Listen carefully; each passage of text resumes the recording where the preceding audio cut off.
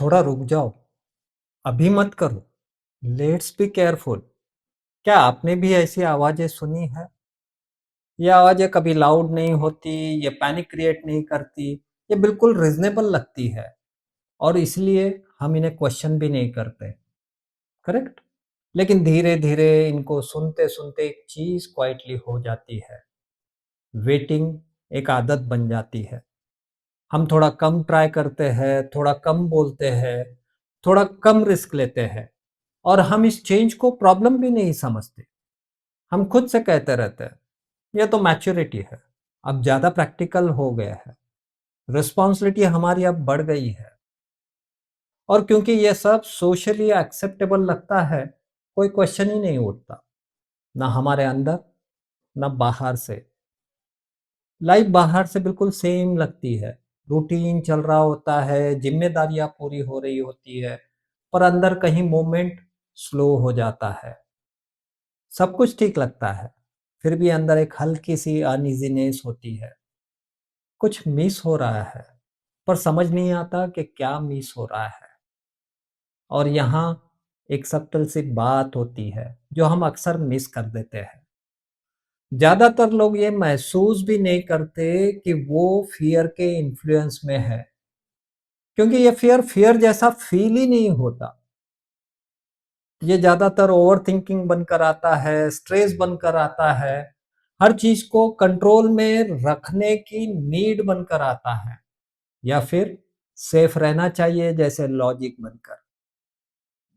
इसलिए जब कोई नया काम शुरू करना होता है, हम डर के मारे पीछे हटते हैं, हम बस सोचते रहते हैं और सोचते सोचते डिले हो जाता है, हमारे डिसीजंस रुक जाते हैं। इस तरह चलते चलते हम ज्यादा रिएक्ट नहीं करते, बस थोड़ा और होल्ड करने लगते हैं। और जब ये होल्ड बढ़ता जाता है ना, तो एक जगह आकर अंदर से एक सवाल उठता है, बिना किसी ड्रामा के, बिना किसी इंसिडेंट के, बस क्वाइटली, मैं कॉशियस हूं या मैं खुद पे ट्रस्ट कम कर चुका हूं? इस सवाल का जवाब भी तुरंत नहीं मिलता और मिलना भी जरूरी नहीं होता, क्योंकि यह सवाल आंसर के लिए नहीं, अवेयरनेस के लिए होता है। फियर का काम होता है प्रोटेक्ट करना, इसलिए वो हमें रिस्क से नहीं, अनसर्टेनिटी से बचाता है। Your mind is designed for safety first, growth, happiness, fulfilment ये सब बाद में आते हैं। कभी कभी फियर बस इतना कह रहा होता है, पहले जो हुआ था वो दोबारा ना हो।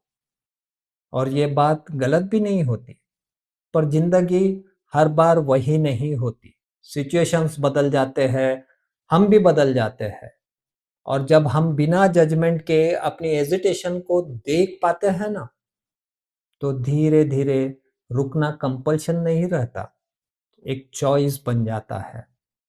और चॉइस के साथ ही ट्रस्ट वापस आना शुरू होता है, खुद पर, अपने जजमेंट पर एंड अपने टाइमिंग पर।